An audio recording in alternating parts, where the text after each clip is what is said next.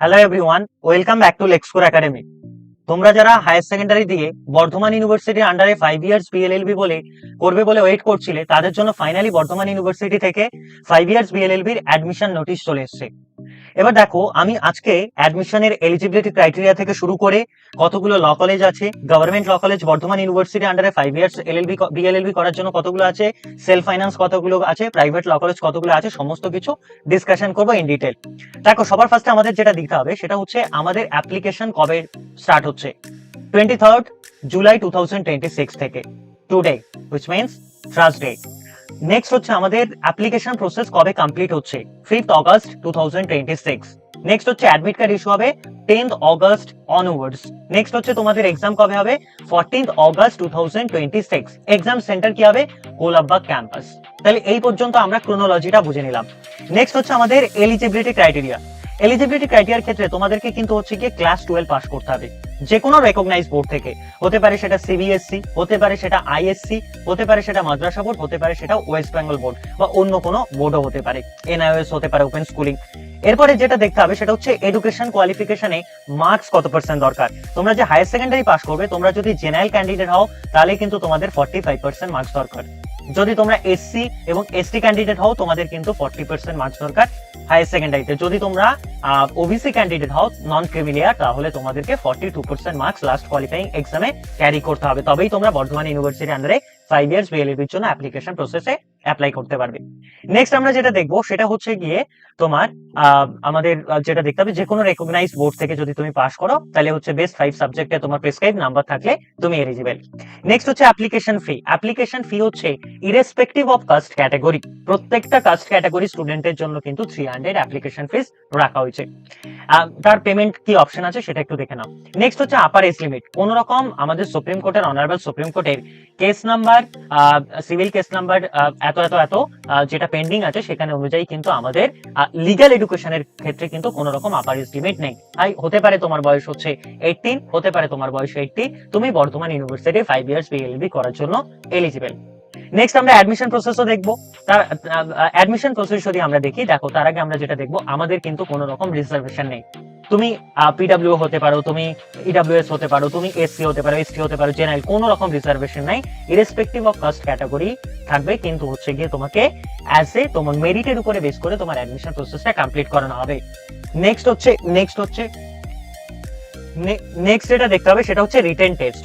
Written test হচ্ছে গিয়ে তোমার যেটা অ্যাডমিশন প্রসেসের আমি কথা বললাম, রিটেন টেস্টটা বা হচ্ছে এন্ট্রান্সটা তোমার দুটো সাবজেক্টের উপরে হবে। দুটো সাবজেক্ট কি, একটা হচ্ছে 50 মার্কসের জিকে এন্ড কারেন্ট অ্যাফেয়ার্স আসবে, আরেকটা হচ্ছে 50 মার্কসের জেনারেল ইংলিশ আসবে। এবার আমি যদি এটাকে একটু ডিটেলে বলি, জিকের মধ্যে তোমাদেরকে যেটা পড়তে হবে, স্ট্যাটিক জিকে পড়তে হবে, জেনারেল সায়েন্স পড়তে হবে, জেনারেল আর্টস পড়তে হবে এবং কারেন্ট অ্যাফেয়ার্স তো পড়তেই হবে। জেনারেল সায়েন্সের মধ্যে যেমন ধরো ফিজিক্স, কেমিস্ট্রি, বায়োলজি পড়লে, জেনারেল আর্টস এর মধ্যে যেমন হচ্ছে গিয়ে তোমার হিস্ট্রি, জিওগ্রাফি, এনভায়রনমেন্ট পড়লে, আর স্ট্যাটিক জিকের মধ্যে যে অ্যাওয়ারনেস, জেনারেল অ্যাওয়ারনেসে যা যা আছে সেগুলো দেখে গেলে। নেক্সট হচ্ছে জেনারেল ইংলিশ। জেনারেল ইংলিশের মধ্যে 4টে পোর্শন, একটা গ্রামার পোর্শন, একটা ভোকাবস পোর্শন দেখবে, একটা হচ্ছে রাইটিং পোর্শন দেখবে, আর একটা হচ্ছে গিয়ে তোমার কি দেখবে সেটা হচ্ছে কমিউনিকেশনের পোর্শনটা দেখবে। এই টোটাল 4টে পোর্শন থেকে 50 মার্কস আসবে, আর জিকে কারেন্ট অ্যাফেয়ার্স থেকে 50 মার্কস। এবার যদি আমরা দেখি, কাট অফ মার্কস বলে কিছু হচ্ছে না, সিট ক্যাপাসিটির উপরে স্টুডেন্টদেরকে অ্যাডমিশন নেওয়া হবে। নেক্সট হচ্ছে রিটেন টেস্টের যে ডিউরেশনটা থাকবে, দুটো এক্সাম মিলিয়ে, মানে হচ্ছে একটা সিঙ্গেল এক্সামে হবে, তার মধ্যে দুটো টপিক থাকবে, GK current affairs and general English. GK current affairs এর জন্য টাইম থাকবে 1 আওয়ার, আর ইংলিশের জন্য থাকবে 1.5 আওয়ার। টোটাল টাইমস থাকবে 2.5 আওয়ার, রাইট? নেক্সট আমরা যে জিনিসটা দেখবো সেটা অ্যাডমিশন গুলো আমাদের বর্ধমান ইউনিভার্সিটির আন্ডারে পুরোটাই কিন্তু মেরিট বেসে হচ্ছে। ওকে, এবং ভিডিওটা শেষ অবধি দেখো, তাহলে ফ্রি হোয়াটসঅ্যাপ গ্রুপের কথাও জানতে পারবে, যে ফ্রি হোয়াটসঅ্যাপ গ্রুপ থেকে আমি টিল অ্যাডমিশন পর্যন্ত গাইডেন্স দেবো এন্ড বিয়ন্ড অ্যাডমিশন, এবং ফ্রি স্টাডি মেটেরিয়াল থেকে শুরু করে সমস্ত জিনিস প্রোভাইড করি। তো ওয়েট করো কিভাবে জয়েন করবে। নেক্সট হচ্ছে অ্যাডমিট কার্ড তোমার রেজিস্টার্ড ইমেল আইডিতে পাঠানো হবে। নেক্সট আমরা যে জিনিসটা দেখবো সেটা হচ্ছে একটা কলেজ প্রেফারেন্স দিতে হবে, যে কলেজ প্রেফারেন্সটা আমি পরে বলে দিচ্ছি। নেক্সট আমাদের যেটা ইম্পর্টেন্ট ডিসকাশন করার আছে বর্ধমান ইউনিভার্সিটি 5 ইয়ার্স বিএলএলবি অ্যাডমিশন প্রসেসের জন্য, সেটা হচ্ছে কলেজের ফিস। দেখো, দুটো কলেজ থাকছে, একটা হচ্ছে এমএক্স ল কলেজ থাকছে, আরেকটা হচ্ছে বেঙ্গল ল কলেজ থাকছে। এই দুটো কলেজের ফিস কিন্তু সেম।